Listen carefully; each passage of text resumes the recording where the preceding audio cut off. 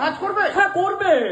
আরে বাবা, হাড়ে তো এখনো ভাঙন ধরেনি, তাছাড়া চেহারাটাও ভেঙে যায়নি, তাই আরামসে কাজ করে প্রতি মাসে আমার হাতে কিছু টাকা তো তুলে দিতেই পারে। বুঝলাম, কিন্তু কি কাজ করবে জেঠিমা? আরে ভাই, কত কাজ আছে শোন। ঘরে বসে না থেকে ওই স্টেশনের সামনে বসে বাবা জুতো পালিশ তো করতেই পারে।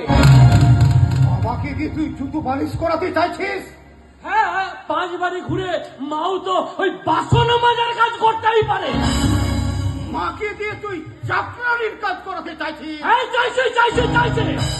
বাবা বাবা বাহ, বড়ে বঙ্গ সন্তান, বাহ বাহ, চমৎকার। সে যুগে অন্ধ বাবা মাকে কাঁধে চাপে শান্ত। কাকা, তবে একটা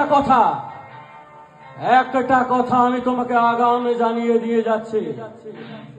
আমার সংসারে আমার বাবা মাকে থাকতে হলে যে কোনো ভাবে এই টাকা রোজগার করে আমার হাতে কিছু তুলে দিতেই হবে, আর তা না দিলে